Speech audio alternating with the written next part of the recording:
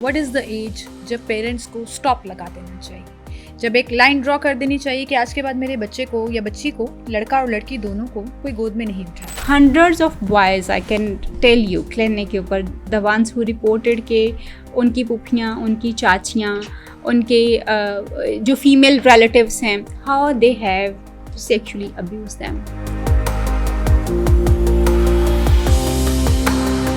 ऐसे हज़ारों क्लाइंट्स मैंने डील किए हैं जिन्होंने बताया हो कि हमने अपने बचपन में अपने अम्मा अब्बा को ये सारी चीज़ें करते हुए देखा। एक झिझक है, एक फिल्टर है जिसके बारे में हम शायद बात नहीं करना चाहते। हर पेरेंट, चाहे वो किसी भी क्लास से ताल्लुक़ रखते हों, ना सिर्फ सोचे बल्कि अपने बच्चों की तरबियत भी करें। हमें लगता है कि ये हया का टॉपिक है, हमें लगता है कि ये ओहो हम बच्चों को बेहयाई सिखा रहे हैं। आपका मकसद वल्गैरिटी फैलाना नहीं है, ना ही आपका पर्पस जो है वो अपने बच्चे को उसकी एज से बड़ी चीज़ों के बारे में बता देना। 7 साल का बच्चा मेंटली तौर पर चेंज होना शुरू हो जाता है। Exactly. He sees everything, he understands everything. शायद वो बात नहीं करता। दोपहर के वक्त में मियाँ बीवी के कमरे में नोक करके आपने आना है।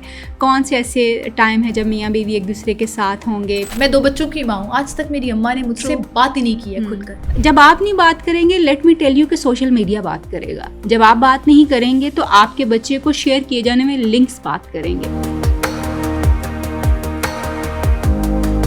किस एज पर बच्चों की ये education, good touch, bad touch and information, कितनी एज पर ये स्टार्ट हो जानी चाहिए? हमारे ज़माने में भी और अब भी जो सबसे ज़्यादा इजी आपकी हैरेसमेंट होती है, सेक्सुअल हैरेसमेंट होती है, when you are carrying a child in your lap. Solution क्या है? टाइम्स चेंज हो गए हैं। अब हम अगर अपने बच्चों को इतना कॉन्फिडेंस दें कि अगर कुछ ऐसा होता भी है तो we should listen to them. Trouser का पुल डाउन कर देना, ट्राउज़र्स के अंदर से लोगों को आपकी बट के ऊपर हाथ लगा देना, आपके प्राइवेट पार्ट को टच कर देना, शेम करना इसके ऊपर। आई एम सॉरी टू से दिस कि इतने पढ़े लिखे लोग, इतने प्रोफेशनल लोग डिग्री लेने के बावजूद are one of the biggest harassers. और मैं ये इतने कॉन्फिडेंस से कह रही हूँ, I have personally experienced it.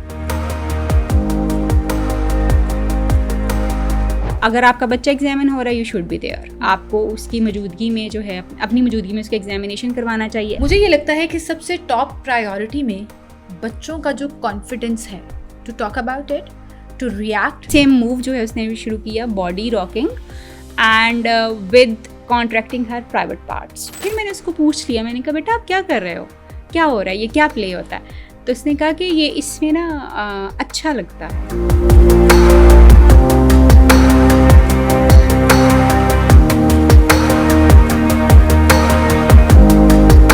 अस्सलाम वालेकुम जी, मैं हूँ सीमल हाशमी। हेल्थ अनफिल्टर्ड में आपको खुशामदीद कहेंगे। और जब हम हेल्थ की बात करते हैं तो यकीन जाने उससे मुराद कोई ख़ास बीमारी नहीं है। उससे मुराद ये नहीं है कि आपकी बॉडी कैसा फ़ील कर रही है, कोई ये ख़ास प्रॉब्लम है जिसको आपने सॉर्ट आउट करना है। हेल्थ में बहुत सी चीज़ें आती हैं, उसमें आपकी ग्रूमिंग आती है, उसमें आपकी बॉडी के साथ साथ आपकी मेंटल हेल्थ भी शामिल हो जाती है, आपकी सोच हेल्दी होनी चाहिए, ये भी शामिल हो जाती है। और फिर जब हम ग्रूमिंग, तरबियत और अपनी तमाम मेंटल हेल्थ का जिक्र करते हैं, उसमें सबसे ज़्यादा रिस्पॉन्सिबिलिटी मुझे ये लगता है आने वाली जनरेशन को तैयार करने वाले वो लोग हैं जो ये रिस्पॉन्सिबिलिटी लेते हैं। जी हाँ, बिल्कुल, मैं पेरेंट्स की बात कर रही हूँ। जहाँ पर हम बहुत सी चीज़ों का जिक्र करते हैं, वहीं पर जब पर्सनैलिटी ग्रूमिंग, कॉन्फिडेंस, किसी की पर्सनैलिटी को बिल्टअप करने की बात आती है, तो वो हम हेल्दी तरीके से कैसे कर सकते हैं, ये भी बड़ा मैटर करता है। और इसी से रिलेटेड आज का मेरा टॉपिक भी है कि हम पेरेंट्स, वो लोग जो अभी एक नई नस्ल, एक नई जनरेशन पाल रहे हैं, उनके लिए कौन कौन सी चीज़ें बहुत इम्पॉर्टेंट हैं। ख़ास तौर पर आप बच्चे को मेंटल ट्रॉमा या मेंटल हेल्थ को सिक्योर करने के लिए, आजकल हम देखते हैं ना, जेन अल्फ़ा चल रही है तो उनको सबसे ज़्यादा ये चाहिए होता है, मुझे मेंटल पीस चाहिए, मुझे मेंटल हेल्थ चाहिए। और उनकी मेंटल हेल्थ के इश्यूज़ हम अक्सर मीम्स की सूरत में, रील्स की सूरत में, सोशल मीडिया पर डिस्कस तो ज़रूर कर रहे होते हैं, लेकिन ये इतना इम्पॉर्टेंट टॉपिक है जिस पर हमें फोकस करके सोल्यूशन की तरफ भी जाना है। तो आज मैं कोशिश करूँगी कि ना सिर्फ इसको हम डिस्कस करें बल्कि एक नई डिबेट जनरेट कर सकें, एक ऐसी गुफ्तगू कर सकें जो पेरेंट्स के लिए भी, उन बच्चों के लिए भी बहुत इंपॉर्टेंट है। और उसका आगाज़ हम good touch, bad touch, harassment, वो चाहे ऑनलाइन है या फिजिकल है, किस तरह से हम अपने बच्चों को आजकल के इस दौर में इतना कॉन्फिडेंस दे सकते हैं कि वो इन तमाम चीज़ों को, अपनी इन तमाम बैटल्स को खुद ही मेंटली हेल्दी रहते हुए डील कर सकें। इस पर हम बात करेंगे। हमारे साथ साइकोलॉजिस्ट तायरा रुबाब साहिबा मौजूद हैं और इन तमाम टॉपिक्स के ऊपर ना सिर्फ वो अपनी प्रैक्टिस के दौरान डील करती हैं, बल्कि सोशल मीडिया पर ऑन एंड ऑफ हमें गाइड करने की कोशिश करती रहती हैं। तो वो तमाम अनफिल्टर्ड सवाल जो मैंने तैयार किए हैं ताकि आप लोगों के कंसर्न्स को एड्रेस किया जा सके, उनसे डिस्कस करेंगे। अस्सलाम वालेकुम जी। वालेकुम अस्सलाम। क्या हाल है जी आपके? अल्हम्दुलिल्लाह, थैंक यू सो मच। ये एक ऐसा टॉपिक है, सबसे पहले तो मैं यहाँ से आगाज़ करना चाहूँगी कि ये हमने एक सोसाइटी का टैबू बना लिया है। आहिस्ता आहिस्ता इसमें बेहतरी तो आ रही है, लेकिन अभी भी ये एग्जिस्ट करता है कि एक झिझक है, एक फिल्टर है जिसके बारे में हम शायद बात नहीं करना चाहते। ट्रू, ऐसे ही। कैसे इसको हम बहुत कॉमन, एक रिस्पेक्टिव वे में बना लेते हुए एक कॉमन टॉपिक बना दें जिसपे हर पेरेंट, चाहे वो किसी भी क्लास से ताल्लुक़ रखते हों, ना सिर्फ सोचे बल्कि अपने बच्चों की तरबियत भी करें। बहुत इम्पॉर्टेंट बात की है आपने सिमल के एक्चुअली हालांकि बात बहुत लंबे अरसे से हो रही है। ज़ैनब की स्टोरी हम सबको याद होगी और ज़ैनब से पहले बहुत सारी ज़ैनब्स की स्टोरी जो है हमें पता होगी, मगर अभी तक भी वो जो एक रेवोल्यूशनरी चेंज आना चाहिए था हमारे पास। अभी जैसे कल मैं देख रही थी एक 14 साल की बच्ची को under the influence of drug लोग उठा के लेके जा रहे थे। सोशल मीडिया पे भी अभी ये चल रहा है। तो ये बहुत सारी चीज़ें हैं जो हम हर रोज़ देखते ज़रूर हैं, मगर मुझे वो अभी तक अपनी सोसाइटी में वो रेवोल्यूशनरी चेंज नहीं नज़र आया कि जिसमें हम बड़े कंसर्न्ड हो जाएं कि जी मेरा बच्चा जो है, मेरा बच्चा और गली में रहने वाले तमाम बच्चे जो हैं वो सेफ़ हों। उनके लिए ये गली बिल्कुल सेफ़ होनी चाहिए। हम अभी उस पर नहीं पहुँचे, जो कि मैं ये समझती हूँ कि हमारा अल्टीमेट गोल होना चाहिए। और उसकी बहुत बड़ी वजह जो है वो यही है कि हम इसमें बात नहीं करना चाहते। हमें लगता है कि ये हया का टॉपिक है, हमें लगता है कि ये ओहो हम बच्चों को बेहयाई सिखा रहे हैं। लेट मी टेल यू कि ये हया की बात बिल्कुल है और इसको हया के तरीके से ही करना चाहिए। कोई आपका मकसद वल्गैरिटी फैलाना नहीं है, ना ही आपका पर्पस जो है वो अपने बच्चे को उसकी एज से बड़ी चीज़ों के बारे में बता देना जो उसने 20 साल या 25 साल की उम्र में जाके करनी है या उसकी ज़िंदगी का हिस्सा होंगी। वो बताना हरगिज़ मकसद नहीं होता। दूसरा जो एक बहुत बड़ा बैरियर इसके अंदर आता है ना, वो ये है सिमल के लोगों को लगता है कि शायद इस्लाम इसके ऊपर बात नहीं करता। ये एक बहुत मेजर बात जो है ना वो है, क्योंकि हमने कभी अपने मौलानास को और अपने कारिया को इसके ऊपर बात करते नहीं देखा, जो कि हमारा बहुत बड़ा तबका जो है और जिनके हम फॉलोअर्स हैं। हमारे यहाँ पे आप अच्छे तरीके से अगर इस्लाम के ऊपर बात करेंगे तो लोग तो सुनना चाह रहे हैं और चाहते हैं कि बात होनी चाहिए, क्लैरिटी चाहिए। हाँ, हमें बिल्कुल, बहुत क्लैरिटी मिलती नहीं बिल्कुल नहीं। तो शायद कहीं ढके छुपे अल्फाज में बता दिया जाता है। हाँ, बिल्कुल ऐसा है। मैं ये समझती हूँ कि जब वो लोग बात करना शुरू करेंगे ना तो फिर आपका और मेरा मकसद जो हम जिस पे आज बात करना चाह रहे हैं वो पूरा हो जाएगा। मगर अगर उन्होंने बात ना की और इसी तरह से हम चुप रहे और आज भी हमने ये बात की कि इस्लाम इसके ऊपर बात नहीं करता या इस्लाम में ये ढके छुपे लफ्ज़ों में ही बात होती है, तो मैं समझती हूँ कि हम इस प्रॉब्लम का तदारुक नहीं कर पाएंगे और हम फेलियर होंगे इसमें। और जहाँ तक इस्लाम, क्योंकि मेरा ये सब्जेक्ट तो नहीं है, मैं कोई कारिया नहीं हूँ, ना ही मैं कोई मौलाना हूँ, मैंने कोई तालीम उससे बाकायदा नहीं हासिल की, लेकिन मैंने कुरान को तर्जमे से ज़रूर पढ़ा और समझा है, जो कि हमारी फैमिली का एक ख़ासा है। मेरी अम्मी का डंडा बहुत सख्त है इसके ऊपर, बहुत सख्त। छोटे से लेके बड़े तक हर बंदे ने कुरान पाक को तर्जमे से पढ़ना है और उसको समझना है। और आप यकीन करें, एक दफ़ा सिर्फ आप बार बार ना पढ़ें, एक दफ़ा भी पढ़ लें, समझ लें तो आपको क्लियर हो जाती है। तो उसमें वो पढ़ते हुए मुझे ये बातें समझ आईं कि कुरान सूरह बकरा को अगर आप उठा के देख लें और जैसे जैसे फिर आप आगे जाते हैं तो आपको एज अप्रोप्रिएटली चीज़ों के बारे में बातें नज़र आती हैं। आपको हैज़ के मतलब नज़र आता है, कुरान पाक हैज़ की बात करता है, बड़ी क्लैरिटी से कैटेगोरिकली बात करता है। इस्लाम बात करता है कि आपके नामहरम रिश्ते कौन से हैं, किन से आप, जो कि हमारे चैलेंजेस हैं। आपको पता है ना कि एंसेस्टर इस वक्त बहुत कॉमन हो रहा है पाकिस्तान में, मगर हम बात नहीं करेंगे क्योंकि ये बात मना है। तो ये चीज़ें जो हैं, मतलब आपके कौन से ऐसे ताल्लुकात हैं जो कि महरम हैं और आपने उनके साथ किस तरह से रहना है, दोपहर के वक्त में मियाँ बीवी के कमरे में नोक करके आपने आना है, कौन से ऐसे टाइम है जब मियाँ बीवी एक दूसरे के साथ होंगे, फिर इसी तरह से 9 महीने जो ज़ायगोट बनता है हमारा बच्चा किस अमल से पैदाइश की तरफ जो है वो गुजरता है, वो पूरे का पूरा 9 महीने एक एक चीज़ जो है कुरान पाक में मेंशन्ड है।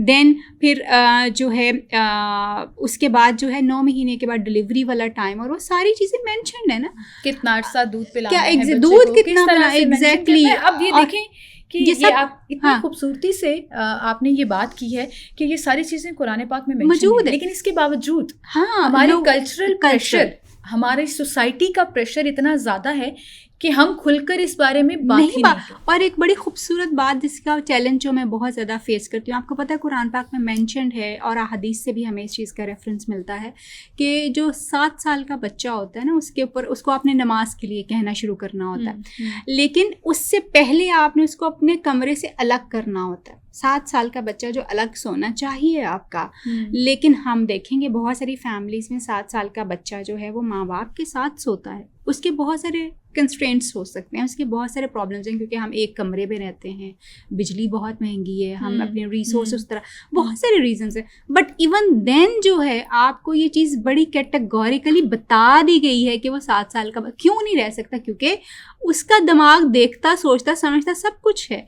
और ऑनेस्टली ऐसे हज़ारों क्लाइंट्स मैंने डील किए हैं जिन्होंने बताया हो कि हमने अपने बचपन में अपने अम्मा अब्बा को ये सारी चीज़ें करते हुए देखा, और उनके लिए वो इतना ट्रॉमा हो कि उनको अपने अम्मा अब्बा से, बहुत सारे बच्चों ने रिपोर्ट किया, उनको नफरत होगी अपने अम्मा अब्बा से। उनको लगा कि क्या ये जानवरों वाला जो है एक चीज़ जो है वो हो रही है। यानी कि 7 साल का बच्चा मेंटली तौर पर चेंज होना शुरू हो जाता है। Exactly, he sees everything, he understands everything. शायद वो बात नहीं करता, उसको मीनिंग शायद नहीं पता होगा चल क्या रहा है, मगर वो ऑब्जर्व कर रहा है ना, इंफॉर्मेशन स्टोर सारी कुछ कर रहा है, there is something different which is happening, और चीज़ें हो रही हैं। तो ऐसी बहुत सारी चीज़ें हम देखते हैं, और ये सारी चीज़ें हम देख क्यों रहे हैं? Because we are not aware of कि हमने अपने बच्चे को कब कहाँ किस स्टेज पे अपने से अलग कर देना है। आपने शुरू में, अब मैं सवालों की तरफ आऊँगी, कि आपने शुरू में एक जिक्र किया कि अनकॉन्शियस हम ये समझते हैं कि शायद हम अपने बच्चों को बेशर्म बना देंगे if we start talking about it. सिर्फ इस चीज़ के बारे में नहीं, हम गुड टच बैड टच थोड़ा सा एजुकेट उनको करना शुरू कर देंगे, उनके हार्मोनल बॉडी चेंजेस की वजह से भी। तो हमें लगता है कि हम बहुत ज़्यादा ना इसको बेशर्म बना देंगे, ओपन कर देंगे। बिल्कुल ऐसा। मैं अपनी अगर बात करूं, जो हम मिलेनियल्स हैं, हमारे ज़माने में तो ये पर्दे बहुत ज़्यादा थे, बहुत। अभी तो बच्चों के पास एक्सेस आ गई ना। मुझे याद है कि अभी आपने हैज़ का जिक्र किया, और my mother was so shy, she never talked to me about it. कभी आज तक, मैं 2 बच्चों की माँ हूँ, आज तक मेरी अम्मा ने मुझसे बात ही नहीं की है खुलकर। उसकी वजह ये है कि वो कहती हैं कि नहीं, कुछ एक लिमिट होनी चाहिए। शायद रिस्पेक्ट खत्म हो जाएगी अगर हम इस बारे में बात करेंगे। कैसे खत्म हो जाएगी? मतलब और ये इसका मतलब बहुत सारी अम्माएं, ये सिर्फ आपकी स्टोरी नहीं है, हाँ, ये हमारी जनरेशन से पहले, मेरी भी यही स्टोरी, और हम सारी जनरेशन की यही स्टोरी है basically. We have not been taught about it, और हम में से बहुत सारी बच्चियों ने इसको एज ट्रॉमा एक्सपीरियंस किया।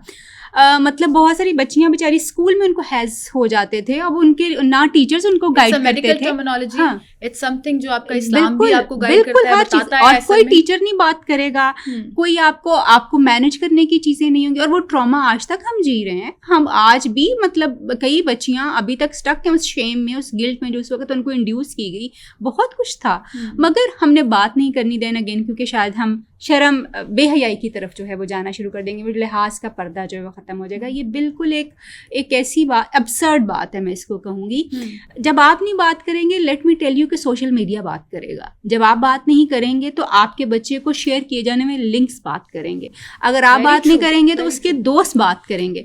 तो जब उसके दोस्त बात करेंगे, उसको सोशल मीडिया बात करेगा, जो कि आपने उसके पैदा होते ही हाथ में पकड़ाया हुआ है, और उसके ऊपर आपने कोई सेंसर नहीं लगाया हुआ। इवन यू वोंट बिलीव, कई दफ़ा मैं कार्टून्स देख रही होती बच्चों के, उसमें बताया जा रहा होता कि ये प्रेग्नेंट है, कैट प्रेग्नेंट है, अब इसने डिलीवर करना है। मतलब आप और फिर आप कौन सी शर्म लिहाज की बात करेंगे कि हमने नहीं करना। हमें तो बचपन में वो याद है, जहाज पे फूलों की टोकरी में फूल- शायद बच्चा exactly. आता है, ये बताया गया था। बिल्कुल हम ऐसा, मिलेनियल्स बहुत मासूम थे। बहुत अब मासूम। जो जेन जी और जेन अल्फा चल रहा है ना, उनको ये चीजें उनको पता है। पता मेरे है 7 और साल उनको के पता होना चाहिए। बेटे को ये आइडिया है और पता है, आइडिया है, पता नहीं वो मुझसे कितनी खुल के बात करता है, लेकिन उसको ये पता है कि बेबी जो है वो कैसे होता टमी है। में 9 मंथ्स रहता है। और Exactly. मैं जब मेरा सेकंड बेबी हो रहा था, I did not hide it, क्योंकि मुझे लगा कि छुपा के फायदा कोई नहीं। आज चैट जीपीटी के दौर में, क्लाउड के दौर में, गूगल एक्सेस के दौर में, जिससे वॉइस नोट से उनको लिखना नहीं आता लेकिन बोल के बात करनी आती है, तो वो सारी इन्फॉर्मेशन ले सकते हैं। तो why should I be a liar ले सकते हैं, और they are very logical about it. क्या आप उनको ये बात नहीं कह सकती कि फूलों की टोकरी में आया था? आप उनको कह के देखिए तो वो आपको बताएंगे कि नहीं मम्मा, ये तो मैंने ऐसे देखा था, ये तो मैंने ऐसे सुना था। तो फिर वो जो आप कंफ्यूजन क्रिएट करेंगे बच्चे के जहन में,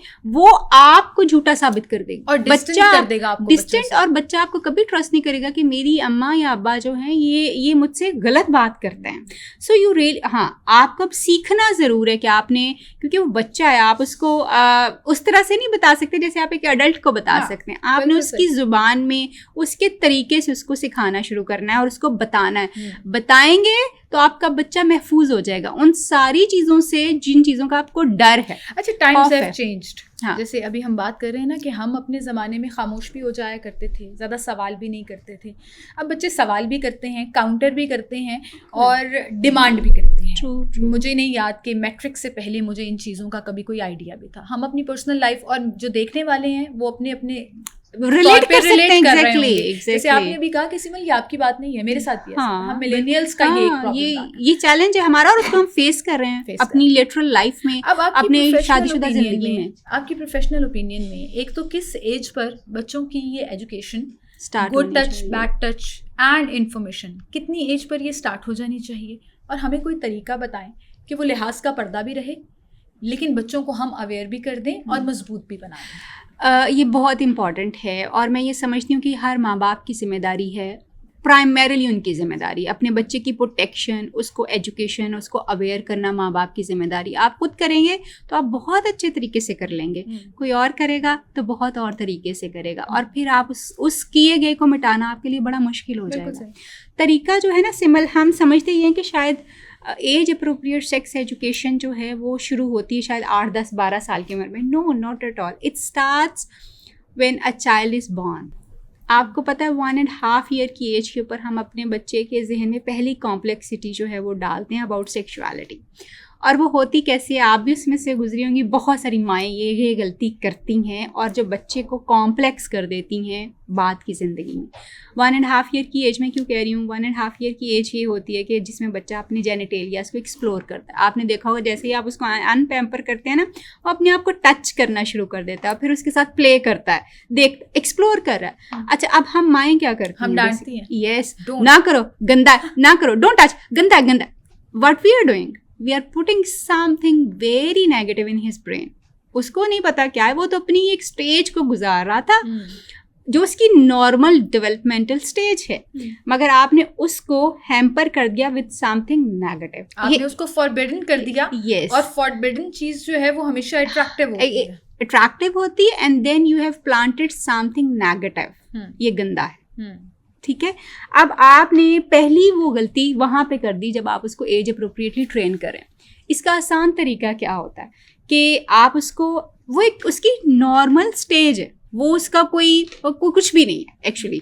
जैसे वो अपने पैरों को टच करता है, अपने बालों को, सारी चीज़ों को टच करता है ना, मुंह में लेके उसको टेस्ट भी कर रहा होता है, वो बिल्कुल उसी तरह से स्टेज से गुजरा। आप उसको बगैर कुछ कहे हुए अगर वो टच कर रहा है, कितनी देर टच करना है उसने, सिर्फ जितनी देर आपने उसका पैम्पर चेंज करना है, ठीक है।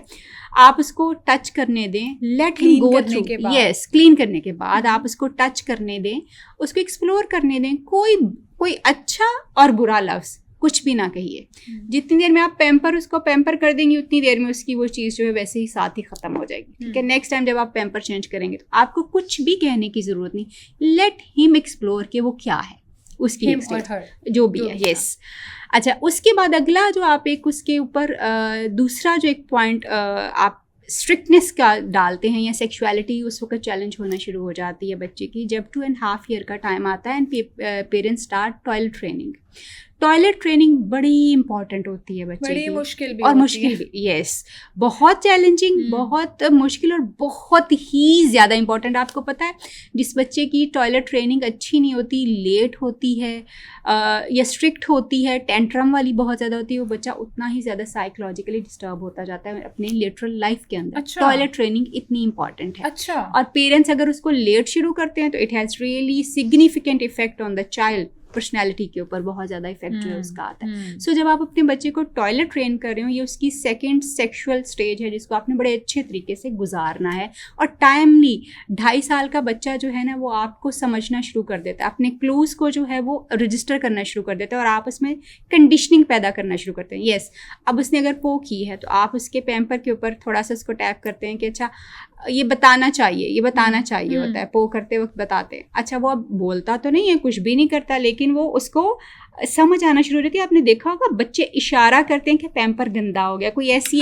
एक बिहेवियर करता है। बिल्कुल। अच्छा, अब एक साइन होता है जिसमें वो बता देते हैं, हाँ जी, एग्जैक्टली। आप उसको बिल्कुल भी जो है वो क्लिंगी हो के, गुस्से से, मार के, झिड़क के मत कीजिए, प्यार से कीजिए और एक टाइम अपना सेट कीजिए जिसके ऊपर आपने बच्चे को एक्सपोज करना है, पॉटी जो सीट होती है उसके साथ, और आप उस पर ले जाइए। टाइम सेट किया, वो हो सकता है उस वक्त वो पॉटी करे, हो सकता है वो पॉटी ना करे, don't be worried about it. Just आप इसको एसोसिएट करते जाएं कि उसने पॉटी जो है वो पॉटी सीट के ऊपर बैठ के जो है वो करनी।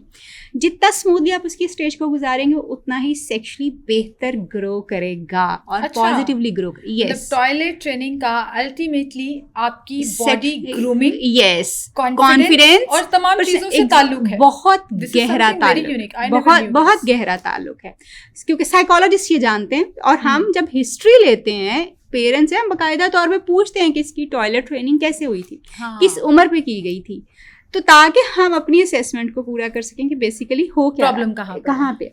अच्छा, अब 2.5 साल का बच्चा जो है ना वो आपकी चीज़ों को, क्योंकि अब वो थोड़ा सा बैबलिंग और बोलना, बैबलिंग तो बहुत अर्ली शुरू हो जाती है, मगर थोड़े वन वर्ड स्पीच उसकी शुरू हो जाती है। उस वक्त आप उसको सिखाना शुरू करें कि good touch and bad touch क्या है, सिखाने 2.5 साल की। यस, स्टार्ट कर दीजिए। ठीक है, वो इन्फॉर्मेशन सिर्फ असिमुलेट करेगा, इशारों को समझेगा और रोकेगा भी। जो चीज़ आप उसको कहेंगे वो करना भी शुरू कर देगा, मगर मीनिंग एक्सट्रैक्ट नहीं कर सकता कि उसको पता नहीं कि कौन सी चीज़ क्यों हो रही है, ये बात उसको नहीं पता। अच्छा, उसके बाद और आपने सिखाना कैसे है उसको, आप उसको बताइए कि ये यहाँ पे मामा बाबा किस कर सकते हैं, अंकल, चाचा, मामा, ताया, फूफो किस कर सकते हैं, बट कोई भी यहाँ किस नहीं कर सकता। से नो कोई भी यहाँ पे आपने उसको इस तरह से करना है। फिर आप उसकी बम को टच करते हो कि कोई भी इसको टच नहीं करता, खुद आप उसको हाथ लगा के, बम को कोई भी टच नहीं कर सकता, अगर कोई टच करे वेरी बैड, से नो। अच्छा, अब वो सिर्फ इशारों को रजिस्टर कर रहा है और इन्फॉर्मेशन को स्टोर किए जा रहा है, कहीं ना कहीं अनकॉन्शियसली उसकी हैबिट बन जाएगी। हाँ, जब आप उसको बार कंडीशन होता रहेगा, बार आपने ये करते रहना और वो कंडीशनिंग होती रहेगी उसकी। ठीक है, और वो चीज़ें करना बंद कर देगा जो आप उसको आज सिखा रहे हैं, लेकिन आपने बार उसके दिमाग में ये चीज़ डालनी है। Just no touch, no one can touch it, no one can touch it, only मामा और बाबा विद द परमिशन और डॉक्टर, नो वन एल्स।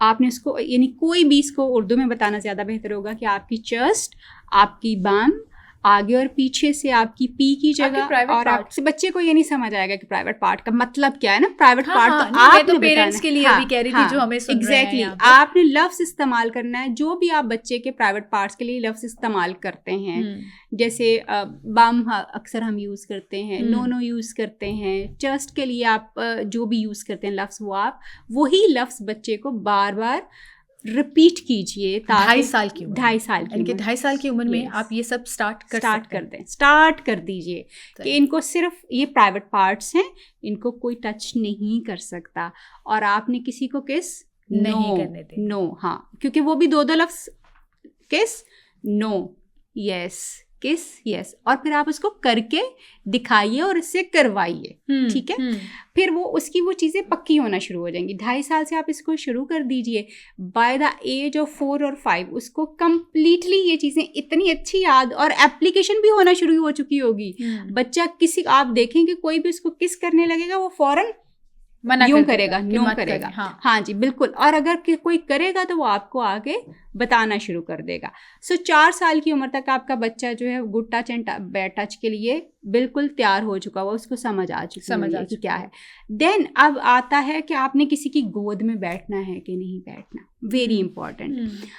होना तो ये भी शुरू से ही चाहिए, मगर जैसे जैसे एज बढ़ती जाए तो आप बच्चों को बताना शुरू करें। अच्छा, एक और चीज़, जैसे 3-4 साल, अब ये नहीं आपने करना कि आपने एक दफ़ा सिखा दिया तो अब आपको लगा कि बच्चे के दिमाग में बैठ गया। नो, आपने इसको टाइम टू टाइम रिपीट करना। रिपीट करने का तरीका क्या हो सकता है? आप उसके एज फेलो सारे कजन्स बिठा लें, बहन भाइयों के बच्चों को बैठाइए सबको, और सबको एक ही दफ़ा में ट्रेन कीजिए सबको, और वो एक को किसी कंबाइंड ट्रेनिंग। हाँ, ग्रुप ट्रेनिंग जो होती है बड़ी आसान हो जाती है, क्योंकि आपने स्टोरी बच्चे तो आपको पता है प्रिटेंड प्ले कर रहे होते हैं, घर बनाना भी खेल रहे होते हैं, और उसमें आपके लिए भी बड़ा अच्छा ये हो जाता है कि आप भी उनके साथ इंटरेक्ट कर सकते हैं बड़ा easily, you can be part of the activity. आप आराम से उनमें से किसी एक बच्चे को पकड़ें, और सारे कजन जो छोटे हैं 3-4-5 साल के, जो इवन 2.5 साल से भी आप शुरू कर सकते हैं, जिस एज पे मर्जी आप ग्रुप के ऊपर जो है चीज़ें करना शुरू कर सकते हैं।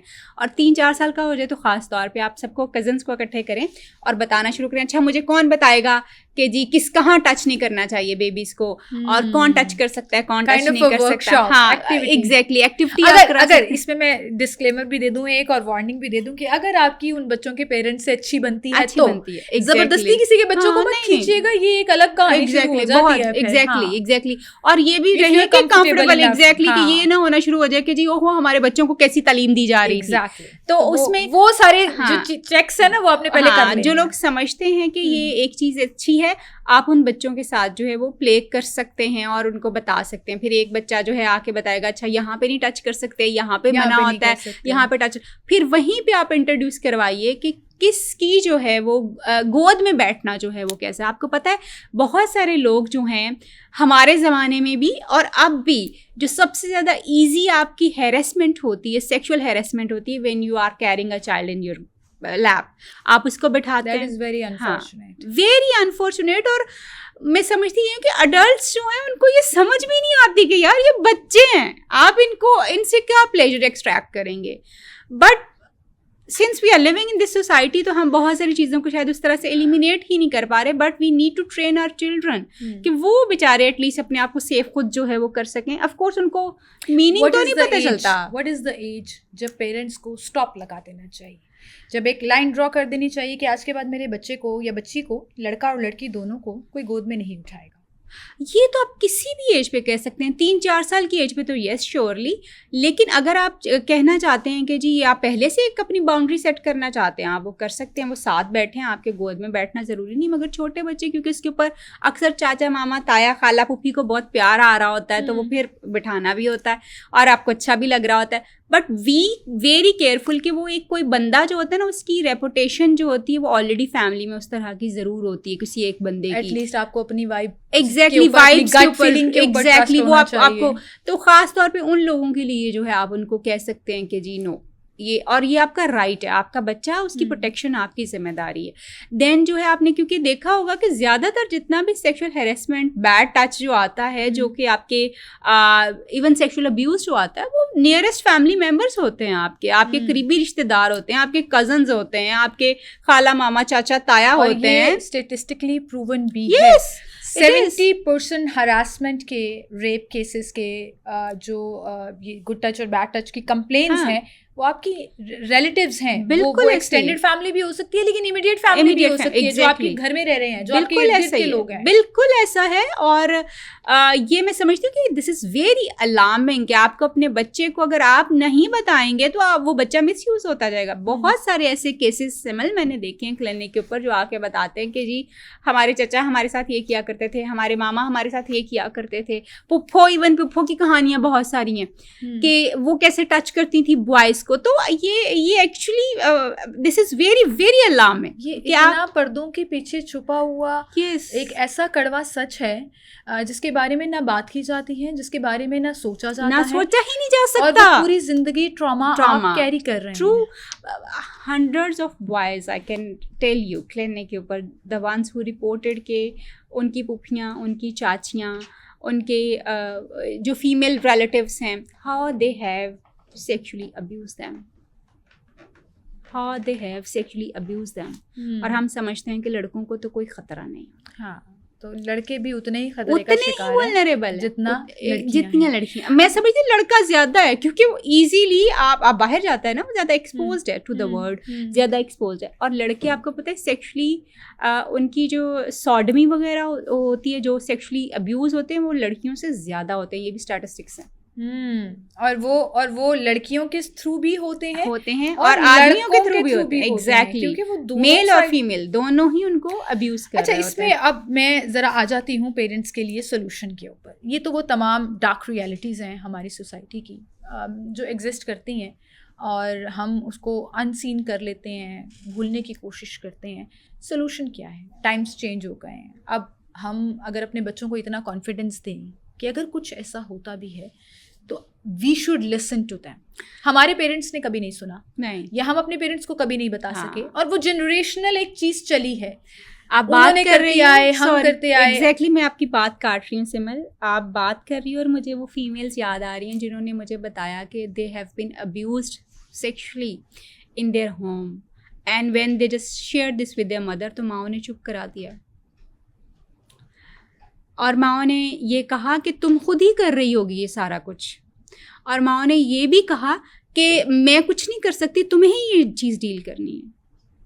सबसे बड़ा मशवरा, सबसे दर्दनाक मशवरा मतलब आप कितनी हिम्मत जता के, आप कितनी बात मत करो इस बारे में। आप कितनी हिम्मत जता के अपनी माँ को ये बात बताएंगे कि ये चीज आपके साथ आपके घर में हो रही है और कोई करने वाला बहुत करीबी है, और आपकी माँ जिसका काम आपको प्रोटेक्ट करना है, वॉइस को रेज करना है, वो आपको ये कहे कि ये तुम ही कर रही होगी। यानी वो ट्रॉमा आप कभी भूल सकते हैं पूरी जिंदगी। और ये मैं कोई हवा की बातें नहीं कर रही है, मैं उन केसेस की बात कर रही हूँ जो शायद आपकी अपनी ज़िंदगी में भी, आपको सुनने वालों को भी नज़र आते होंगे। शायद आप रिलेट कर सकते होंगे इन सारी चीज़ों के साथ कि आपके घरों में कहीं ना कहीं, not every home, not every girl, not every boy, major percentage बहुत ज़्यादा एग्जिस्ट करती है। और इसमें अक्सर माँ बाप अपना, क्योंकि उनकी वॉइस सुनी नहीं जानी, या माँ अपनी सर्वाइवल के चक्करों में होती है, उसको अपनी बेचारी को इतनी इनसिक्योरिटीज़ होती है कि उसको लगता है कि बेटी को प्रोटेक्ट किया ही नहीं जा सकता, या कैसे वो प्रोटेक्ट करे। तो बहुत सारी चीज़ें, उस सूरत हाल में you need to take your responsibility, you need to protect yourself. तो उसमें हम, जैसे आप कह रहे हो कि बच्चा जो है वो मतलब किस तरह से ये पॉसिबल हो सकेगा कि हम बच्चे को ये बता सकें कि this is wrong and you have to report it. Exactly, आपको आके हमसे बात करनी है। True.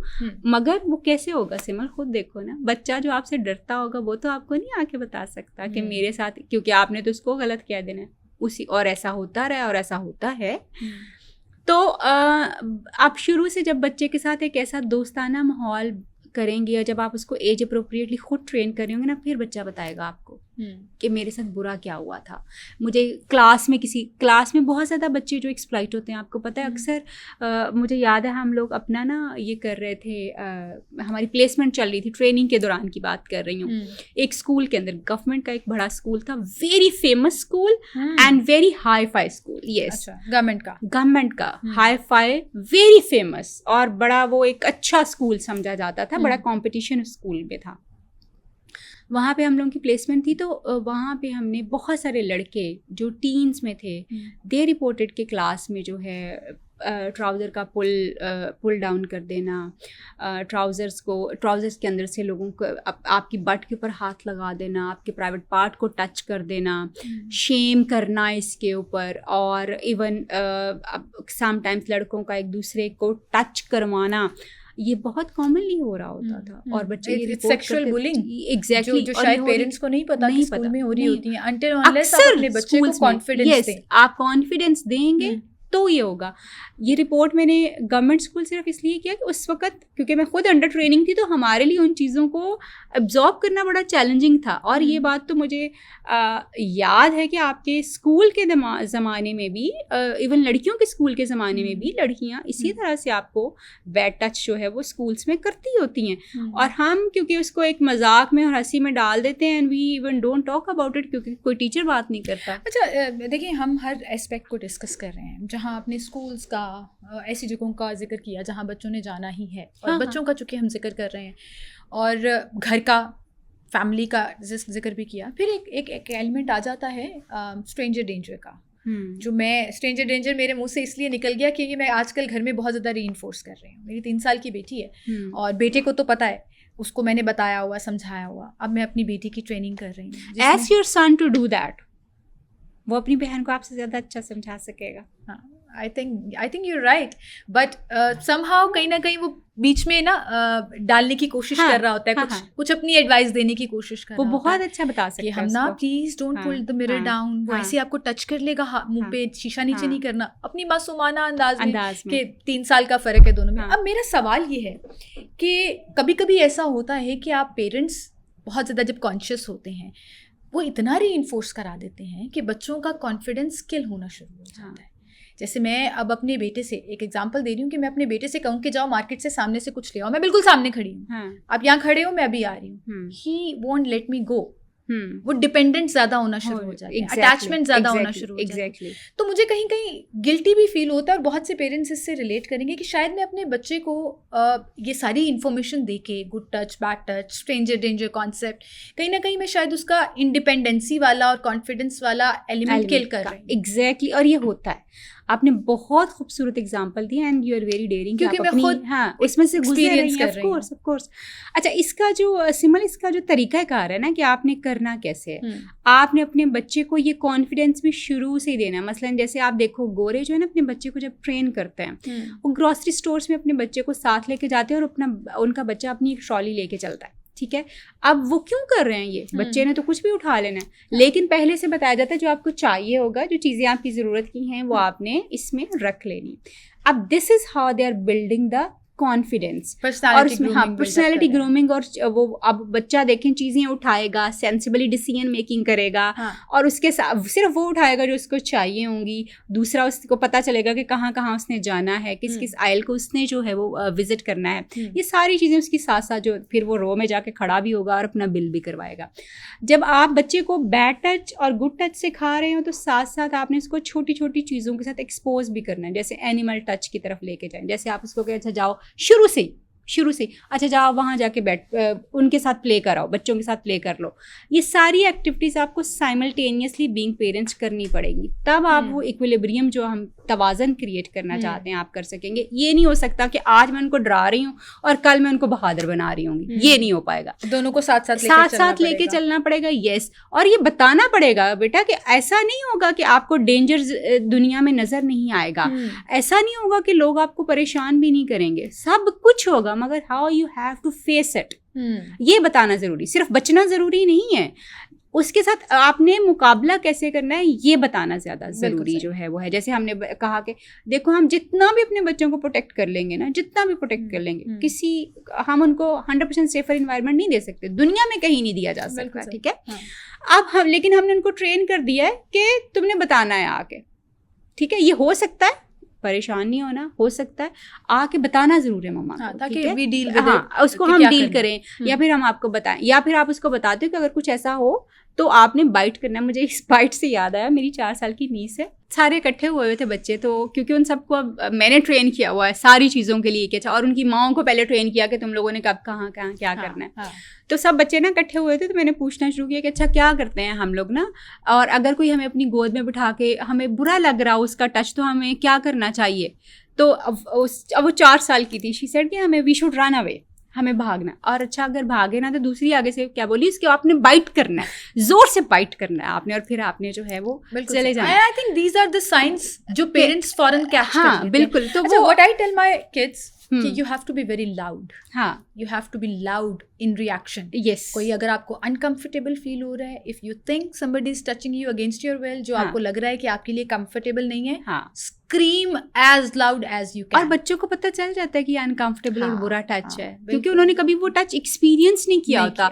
That is a little different from the usual touch, तो वो उनको फौरन पता चलता है। ह्यूमन बॉडी ना इतनी खूबसूरत चीज है कि आप किसी भी एज में हो, जो आपकी गट फीलिंग है ना, जो वाइब है, वो आपको छोटी एज में भी शुरू हो जाती है, वो वहीं से स्टार्ट हो जाती है। तो अनकॉन्शियसली भी बच्चे रिजेक्ट करना शुरू हो जाते हैं। नहीं होता, वो जो वाइब आ रही होती है ना, नेगेटिव वाइब, आप उसको शायद नाम नहीं देते, बट वो अनकंफर्टेबल वो वाइब जो आ रही होती है बच्चों को, एंड बच्चे are not at all comfortable नहीं होते, एग्जैक्टली वो उनको पता एग्जैक्ट, क्योंकि वो यूजुअल टच से डिफरेंट चीज है ना, तो वो उनको पता चल जाता है कि ये जो है ना ये ठीक नहीं, ये तो कभी अम्मा ने नहीं किया, अब्बा ने नहीं किया, डॉक्टर ने नहीं किया, आपा ने नहीं किया, खाला ने, ये क्या है, ये डिफरेंट है। अच्छा, तो वो तायरा आप बार बार डॉक्टर का जिक्र कर रही हैं, आई एम सॉरी टू से दिस कि इतने पढ़े लिखे लोग, इतने प्रोफेशनल लोग डिग्री लेने के बावजूद are one of the biggest harassers. और मैं ये इतने कॉन्फिडेंस से कह रही हूँ, I have personally experienced it. छोटी एज में I am so sorry to hear this, या I have never talked about it, I think मैंने कभी इस बारे में बात नहीं की, लेकिन बच्चों को होते हैं कुछ फैमिली डॉक्टर्स, कुछ ऐसे डॉक्टर्स जिनके पास हम लेके जाते हैं टीन एज में, छोटी एज में। You have to be very careful कि डॉक्टर्स भी आपके बच्चे को एग्जामिन कैसे करें। एग्जैक्टली ये do you agree with this? आपने इस तरह की स्टोरीज कुछ सुनी है? क्योंकि मैंने अपनी स्टोरी तो खुल के रख दी, बड़े हो गए अब, बच्चे हो गए अपने भी, बिल्कुल, लेकिन हमने भी उस जमाने में बहुत सारी चीजें देखा है। एग्जैक्टली और वो एक्सपीरियंस होता रहा है कि मतलब अक्सर आप बच्चियों से पूछें जो हमारी एज की लड़कियां, अगर हम आप बैठे हुए बातें कर रहे हो आपस अभी में, भी बात नहीं करेंगी। I am sorry to tell, हमारी मिलेनियल्स के अंदर ना अभी भी वो कॉन्फिडेंस नहीं आया that we talk about our bad experiences, our traumas, our dark realities. यार हम ये बताना ही नहीं चाहते कि हमारे साथ ये बुरा हुआ था, या मैं भी विक्टिम्स में से हूँ, तो हम नहीं इस तरह से जो है अब इस पॉडकास्ट के नीचे ना सारी डॉक्टर कम्युनिटी शायद नाराज हो जाएगी कि मैंने ये कह दिया है, लेकिन ये हकीकत है, ये एग्जिस्ट करती है, ये उस जमाने में भी करती थी, ये आज भी करती है। ये किसी एक प्रोफेशन की बात नहीं है, लेकिन चूंकि डॉक्टर्स फिजिकली इंगेज होना उनका जरूरी है, और बहुत आपको पता है वो बहुत ज्यादा क्लोज होता है। डॉक्टर इतना आपके पेट को हाथ लगा रहा है, आपकी चेस्ट को हाथ लगा रहा है, आपकी बम को हाथ लगा रहा है, सिर्फ ही इज द ओनली जो कि आपको इतना प्राइवेटली टच कर रहा है after your partner. And to be very open, stethoscope जो है ना आपको वो सर्टिफिकेट दे देता है एग्जैक्टली, आपने अपनी चेस्ट एग्जामिनेशन करनी है, ट्रू किसी भी बीमारी के लिए। और मैं ये समझती हूँ कि हमेशा जो है आपको अपने साथ एक बंदे को रखना चाहिए when you are being examined. अगर आपको लगता है कि मतलब अगर आपका बच्चा एग्जामिन हो रहा है, यू शुड बी देयर, आपको उसकी मौजूदगी में जो है अपनी मौजूदगी में उसका एग्जामिनेशन करवाना चाहिए। अगर आप कहीं आप बड़े हो गए फिर भी फॉर अ फीमेल नॉर्मली ये होता है कि अगर आप हॉस्पिटल्स में जा रहे हो तो एक फ़ीमेल नर्स जो होती है मौजूदगी में उसके टच किया जाता है या एग्जामिन जो है वो किया जाता है। तो अगर आपको इस तरह की चीज़ें हैं, आपको लग रहा है कि ये कुछ ऐसा ना हो, तो यकीनी तौर पे आपको अपनी प्रेजेंस वहाँ पे रखनी चाहिए, ज़रूर रखनी चाहिए, बिल्कुल रखनी चाहिए। आपकी बच्ची या बच्चा जब टीनेज में, हाँ टीनेज हार्मोनल बैलेंस चल रहा हो, बॉडी चेंजेस चल रही हैं, बहुत कुछ, हाँ जब वो टीन्स में है तो आपको यकीनी तौर पे जो है ना चीज़ को मेक श्योर करना चाहिए that you are there in the room जब उसका एग्जामिनेशन ऐसा कुछ हो रहा है। और बताना बच्चे को इसलिए ज़रूरी है क्योंकि अगर हम बच्चे को ये कह देंगे ना कि कोई भी तुम्हें टच नहीं कर सकता, तो बच्चे के लिए फिर ये कैटेगराइजेशन जो है मुश्किल हो जाती है कि अच्छा अगर ये डॉक्टर टच करा तो वो अनकम्फर्टेबल उससे होगा, वो नहीं शायद अलाउ भी ना करे और ऐसा कुछ हो। तो ये थोड़ी सी चीज़ें जो हैं हमें बड़ा सेंसिटिविटी के साथ और स्मार्टली उसको एजुकेट करनी है। क्योंकि एक और बड़ी इंपॉर्टेंट बात आपसे करते करते याद आ गई कि देखो अगर we are pouring these concepts into very जिसको आप कहेंगे ना एक ऐसे बच्चे का ब्रेन बिल्कुल खाली, मतलब बिल्कुल एक स्लेट है, हम उसमें सारी चीज़ें डाल रहे हैं। जब वो बड़ा होता जाएगा ना, तो जब वो अपने पार्टनर के साथ जाएगा, so that is very tricky. आपको पता है कि वो जो मैं अभी बात कर रही थी कि 1.5 ईयर के ऊपर जब लोगों को ये कहा जाता है कि ये गंदा है, हाँ। तो वो उनके पार्टनर के साथ जाके गंद को जोड़ता है उनके रिलेशनशिप में। अगर आप वो इतना ज्यादा उसके दिमाग में आपने डाल दिया हो, यस, तो आपको जो है बड़ा केयरफुली कॉशियसली इस चीज को देखना है कि आप जो भी चीजें कह रहे हैं बैलेंस। एग्जैक्टली। अच्छा तायरा, आप इस चीज से एग्री करती हैं जो मैं कह रही हूँ कि it's not about how you teach your kids, वो आप अपना वे ढूंढ लेते हैं। हाँ। एजुकेट करना ज़रूरी है, बच्चों को बताना ज़रूरी है। मुझे ये लगता है कि सबसे टॉप प्रायोरिटी में बच्चों का जो कॉन्फिडेंस है to talk about it, to react सबसे इम्पोर्टेंट सबसे एग्जैक्टली देखिए कई दफ़ा जो है बच्चे के साथ हो भी रहा होती हैं चीज़ें और उसको समझ भी आ रही होती हैं, मगर क्योंकि आपने उसको कॉन्फिडेंस नहीं दिया होता कि वो आपसे बात कर सकता है और वो सेफ़ है, तो आपसे बात करना सेफ़ है उसके लिए, तो फिर आप वो बात नहीं करेगा। अगर आप उसको ये कहेंगे बार बार कि that is it can happen, ये हो सकता है, मगर इम्पॉर्टेंट ये है कि आपने मामा को बताना है या बाबा को बताना है, बताना ज़रूर है, इसके बारे में बात करनी है, अपने पास नहीं सिर्फ रखना। ऐसा हो सकता है लेकिन उसमें आपका कसूर नहीं है, उसमें आपका कसूर नहीं है, यू हैव टू कम्युनिकेट। अच्छा, एक बड़ी इंपॉर्टेंट बात सिमल, हम बच्चे को बताए जा रहे हैं कि तुमने अपनी बॉडी कैसे सेव करनी है। अब बच्चा is in the growing age, एक ह्यूमन क्यूरोसिटी जो आती है, आज मैं पहली दफ़ा ये बात करने लगी हूँ, किसी भी पॉडकास्ट में मैंने आज तक ये बात नहीं की। ह्यूमन क्यूरोसिटी तो ऑफकोर्स बच्चे में तो सबसे ज़्यादा होती है, एक्सप्लोर करने की, एग्जैक्टली। अच्छा, अब जब आप बच्चे को ये बता रहे हैं कि आपको कोई गुड टच और बैड टच नहीं कर सकता, you are setting one boundary, another boundary is कि आप भी किसी को टच नहीं कर सकते। Very true. ये बच्चे को बताना इतना ज़रूरी है कि यू वोंट बिलीव कि कई दफ़ा ये मैंने सुना कहीं पे, बल्कि मैं 2-3 एग्जांपल्स कोट करूँगी। मैंने सुना, वो औरत आई, शी वॉज़ वेरी एजुकेटेड माशाल्लाह और बड़ी सेंसिबल, उसने कहा मैंने अपने बच्चों को ये चीज़ें सिखाई हैं। तो लेकिन मुझे ये नहीं पता कि ये चीज़ मैंने देखी है कि ये कज़न्स सेम एज के इकट्ठे थे, 4-5 साल की एज के इकट्ठे थे, and they were touching each other, मतलब जिसको पता था वो दूसरे को टच कर रहा था, may be not in a bad way but out of curiosity, वो भी अलाउ नहीं होना चाहिए, हमें ये भी ट्रेन करना है, ये साथ बताना है ना, आप टच कर सकते हैं किसी को, ना कोई आपको टच कर सकता है। वेरी इंपॉर्टेंट पॉइंट कि आपने सिर्फ ये नहीं कहना कि कोई आपको टच नहीं कर सकता, आप भी किसी को टच नहीं कर सकते। अच्छा, लेकिन मुझे लगता है कि कहीं ना कहीं जो बच्चे खुद अपने आप को सिक्योर कर रहे होते हैं, दे डोंट गेट इन्वॉल्व करने में भी, मुझे ये लगता है क्यूरोसिटी बहुत ज़्यादा होती है, बहुत ज़्यादा होती है, और मे बी समटाइम्स बच्चे दूसरे बच्चों को सिखाने के लिए भी ये कर रहे होते हैं। इस तरह की चीज़ें भी जो है वो हो रही होती है क्योंकि उन्होंने सीखा हुआ होता है। सो प्लीज़ ये ज़रूर कॉशन रखें कि ना आप टच करेंगे ना कोई और आपको टच करेगा। अच्छा, एक और मैं केस यहाँ पे रिपोर्ट करूँगी। एक खातून आई हैं, उनकी बच्ची जो थी वो थी ऑलमोस्ट 4.5 ईयर की। तो वो ना मेरे पास काउच पे पहले वो कुर्सी रोलिंग चेयर पड़ी हुई थी, तो उसके ऊपर ना अपने बाजू रख के तो अपने आप को बॉडी रॉक कर रही थी। 4.5 साल की बच्ची थी।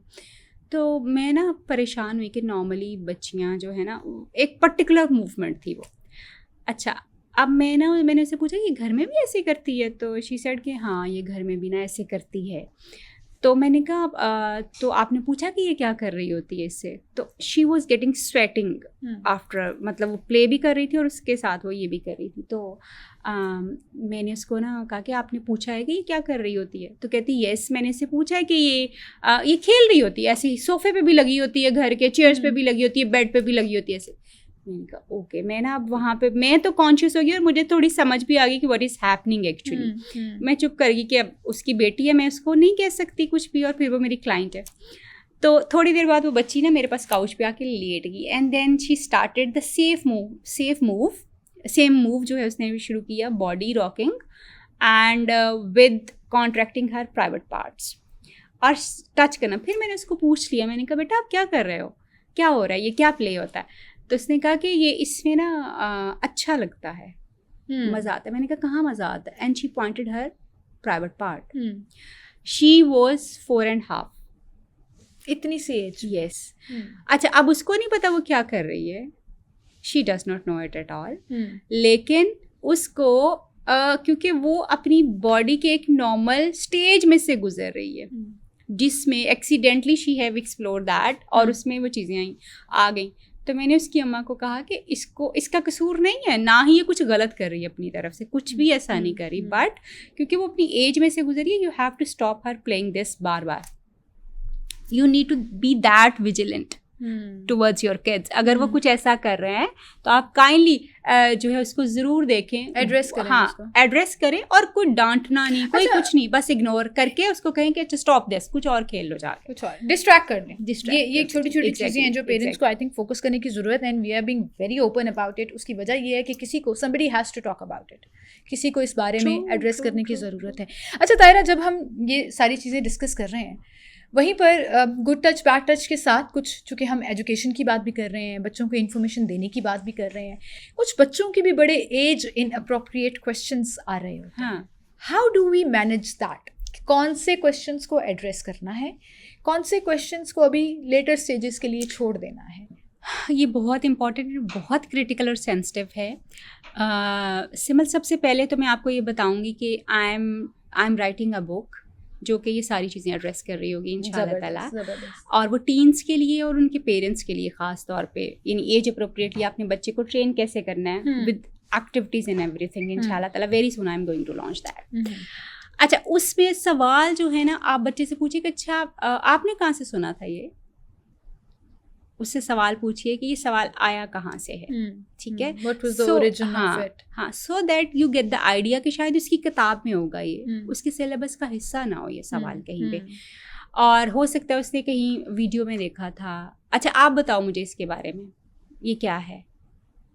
You can understand what he is having in his mind. अच्छा, आप बताओ, पहले आप बताओ आप इसके बारे में, ये क्या है. ठीक है, यू अंडरस्टैंड दैट. ये 2 सवाल, आया कहाँ से है, आपके दिमाग में ये कहाँ से है, आपने कहाँ देखा, कहाँ से सुना, किसने बताया. अच्छा, आप मुझे बताओ कि ये क्या है. ठीक है, देन अगर आपको लगे कि आपको करेक्शन करने की ज़रूरत है, करेक्ट कीजिए.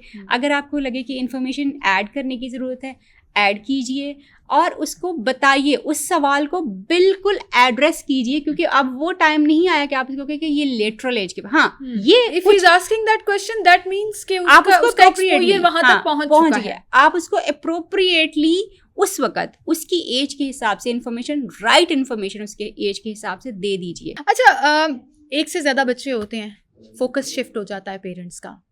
बड़े बच्चे के बारे में हम बड़ा कॉन्शियस होते हैं, फिर छोटे बच्चे की बारी आती है, थोड़ा हम भी ट्रेंड हो चुके होते हैं, पेरेंट्स भी थोड़ा बच्चों से हमने भी सीख लिया होता है, तो हम दूसरी तरह से. तो कभी कभी ऐसे होता है कि दोनों की तरबियत में भी बड़ा फ़र्क आ जाता है. हाँ बिल्कुल, क्योंकि तरबियत, अब आप ट्रेंड है ना, अब आप खुद भी खौफज़दा उतने ज़्यादा नहीं है, एंक्शियस नहीं है, आपको पता है, शाय नहीं है. हाँ, शाय भी नहीं है, एंक्शियस भी नहीं है, और उतने पैनिक भी नहीं होते कि मतलब वो रो रहा है, आपको पैनिक. पहले बच्चे के टाइम पे तो आपको मैनेज पता ही नहीं चलता ना कि बच्चा रो रहा है, आपने मैनेज कैसे करना है. दूसरे के टाइम पे आपको पता था कोई बात नहीं, अगर रो रहा है तो उतनी देर में मैं फीडर बना लूँगी तो खैर हो जाएगी. तो वो actually because you are experience, that is why you are dealing the other kid very comfortably. लेकिन एक आपको पता है, इसके ऊपर सिबलिंग राइवलरी बहुत जनरेट होती है जब आप बच्चों को दूसरे बच्चे के आने के बारे में ऑलरेडी नहीं बताते. ये टाइम बहुत चेंज हो चुका हुआ. यू नीड, उसको भी हमने टैबू बनाया हुआ है ना, प्रेगनेंसी को भी हमने टैबू बनाया हुआ है, बताते नहीं, बात नहीं करते, छुपा के रखते हैं. एग्जैक्टली. तो ये सिबलिंग राइवलरी जो है ना, बेसिकली वो बच्चे की पैदाइश के साथ शुरू हो जाती है. सिबलिंग राइवलरी का मतलब ये है कि आपको अपने छोटा जो भाई और बहन आ रहा है उसके साथ आपकी एक जेलसी जो है वो होना शुरू हो जाएगी. और आपने देखा होगा बच्चे सरप्राइज ड्रॉप करेंगे तो फिर यही रिएक्शन आएगा. हाँ, और बच्चे बहुत पेन में जाते हैं, इतना ज़्यादा बच्चों की मतलब बिहेवियर, इतने टेंट्रम्स आते हैं कि आपके लिए मुश्किल हो जाता है उनको समझना कि ये इनके साथ हो क्या रहा है. अच्छा, एक बच्चे को, अब मेरा सवाल भी बीच में शामिल कर लीजिए कि एक बच्चे को किस एज में आप ये बता सकते हैं, प्रेगनेंसी की कॉन्वर्सेशन कर सकते हैं आप उनको. गुड टच और बैड टच का तो हमने जिक्र किया ना कि 1.5 साल की उम्र से ही 2.5 साल की उम्र में फिर रीइंफोर्समेंट और फिर आहिस्ता आहिस्ता. लेकिन उसमें फिर ये सारी एजुकेशन भी ज़रूरी है ना, उनकी सेक्सुअलिटी भी ज़रूरी है, उनके लिए ये बताना भी ज़रूरी है कि क्या कितनी इन्फॉर्मेशन उन तक होनी चाहिए. अभी हम प्रेगनेंसी का जिक्र कर रहे हैं तो अक्सर अभी भी एक टैबू है कि हम छोटे बच्चों को इस बारे में नहीं बताते. बिल्कुल तो नहीं बताते. क्या इस पे भी एज का ख्याल रखना ज़रूरी है या इट डजंट मैटर? नहीं, ये एज का ख्याल रखना इस पे बिल्कुल भी ज़रूरी नहीं है, क्योंकि आप उसको ये नहीं बता रहे कि ये हो कैसे रहा है. आप उसको ये थोड़े बता रहे हैं कि हो कैसे रहा है, प्रोसेस तो नहीं बता रहे. आप उसको सिर्फ ये बता रहे हैं. This is so important. बिल्कुल सही कह रही हैं. तो हम ये तो नहीं, हम तो उसको सिर्फ ये बता रहे हैं कि now mummy is carrying a baby, और उसके लिए इससे मुझे याद है, let me be open about it, और मैं वो बच्चा बन जाती हूँ कि अब इसमें सवाल ये आता है कि आप जब बच्चे को ये बता देंगे that I am carrying a baby, एक न्यू मेंबर आने वाला है एक फैमिली में, मेल या फीमेल, भाई या बहन, जो भी आपकी लैंग्वेज है उसमें आप बताएं. अगला सवाल बच्चे का पता है क्या होता है? ये आया कैसे? Did you eat baby egg और समथिंग? क्योंकि ये मेरे बेटे ने मेरे से सवाल पूछा था. फिर how did you handle that? मुझे उसको गोल करना पड़ा. until I figure out कि मैं इस उस पर तरह क्या बात यस करूं। ये बड़ी अच्छी बात आपने की, ये कि बच्चे इस तरह के सवाल आपसे कर सकते हैं कि ये आया कैसे है। तो उसमें आप इसको फिर ये यहाँ पे आप बच्चे को जरूर कह सकते हो कि अभी आप इस सवाल के लिए बेबी हैं, तो इसके बारे में Exactly what I आपको said. मैंने उसको गोल कर दिया कि जब आप थोड़ा सा जब थोड़े मैं बड़े जरूर हो जाओगे ना बताऊंगी, फिर बताऊंगी। एग्जैक्टली जब आप इतने साल के हो जाओगे ना फिर मैं आपको जरूर बताऊंगी।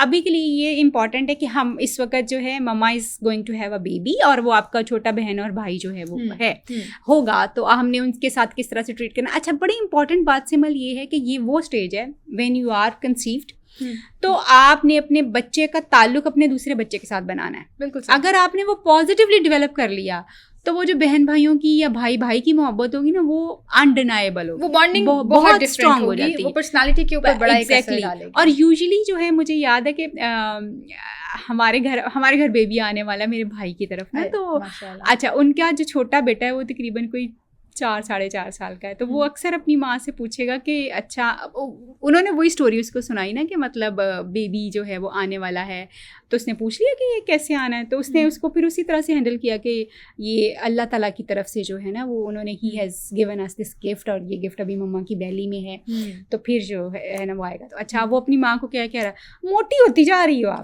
मोटी होती जा रही हो आप। अच्छा, वो अब बेचारी उसको डील भी करती है जैसे उसने डील कर, लेकिन कनेक्शन बन गया, कनेक्शन बन गया कि वो दे आर एंटिसिपेटिंग कि अच्छा बेबी आएगा, हमने उसके साथ अपने टॉयज शेयर करने हैं, और वो रोजाना उसको स्टोरी सुनाते हैं। They will keep one hand on the belly of the mother, दो भाई अपनी अम्मा के पेट पे रखेंगे हाथ और उससे बातें करते हैं बच्चे से। तो वो एक इतना खूबसूरत आपका ऑलरेडी, क्योंकि बच्चा जब माँ की वॉर्म में होता है ना, वो उस वक्त फील सब कुछ कर रहा होता है, the touch, the feeling of the mother, वो सब कुछ ले रहा होता है। तो इसलिए ये बड़ा इंपॉर्टेंट है कि फादर का कनेक्शन अपने बच्चे से बच्चे की पैदाइश से पहले से होना चाहिए। बिल्कुल सही, एक कनेक्शन बनना चाहिए, और आपका बच्चा है तो उसका भी कनेक्शन होना चाहिए। अच्छा, मैं चूंकि ये इतनी बड़ी डिबेट और कॉन्वर्सेशन है कि आपका कभी दिल नहीं भर सकता, आप इस पे बहुत बातें कर सकते हो, आप बहुत सी ट्रॉमा की स्टोरीज डिस्कस कर सकते हो। हमारे देखने वाले आई एम श्योर 98-97% ख़वातीन आज तक वो बचपन का, वो टीनेज का ट्रॉमा अपने साथ कैरी कर रही होंगी। उन्होंने शायद अपने हस्बैंड से भी अब आकर बात नहीं की होगी, वो हमारे में कॉन्फिडेंस ही नहीं है ना, कर ही नहीं सकते कि जो हो गया छोड़ दो, बट समहाउ आपके दिमाग के अंदर, सबकॉन्शियस के अंदर वो ट्रॉमा आज भी अलाइव है, और वो एक बैड टच आज भी आपको हिलाता है। ट्रू, आप उसकी फीलिंग, उसके साथ जो आप what did you feel at that time, वो आपके साथ उसी तरह से 20 साल गुजर जाए, वो 30 साल गुजर जाए, आप उसको डिनाई करते रहें। आप यकीन करें कि वो एक बैड टच, वो आपकी 11-12 साल की उम्र में अगर किसी ने किया, कोई रिलेटिव हो सकता है, कोई गली में गुजरता हुआ एक आम सा आदमी हो सकता है, कोई बस स्टॉप के ऊपर, कहीं पर भी, वो एक बैड टच जिंदगी में आपको कभी नहीं भूलता। ट्रॉमा आपका जिंदगी में कभी बाहर नहीं निकलता, जितनी मर्जी उस पर बात कर लें, जितनी मर्जी चीज़ें कर लें, और हमारी ये जिम्मेदारी है कि हमने अपने बच्चों को उस एक बैड टच से या तो बचाना है या एटलीस्ट उसको रिपोर्ट करना सिखाना है। अब जाते जाते आखिर में एक सवाल जो हमारी सोसाइटी में और एक डिबेट खड़ा कर देता है कि लड़कों को फादर से बात करनी चाहिए, लड़कियों को मदर से बात करनी चाहिए। वो आपस की बॉन्डिंग जो होनी चाहिए तीनों की, लड़की हो या लड़का हो, वो कहीं ना कहीं हम मिस कर देते हैं। इज इट इम्पॉर्टेंट, या ये भी ठीक है कि लड़कों को बाप समझा दे, बेटियों को माँ ही समझा दे? डिपेंड करता है कि आपका बॉन्ड किसके साथ है।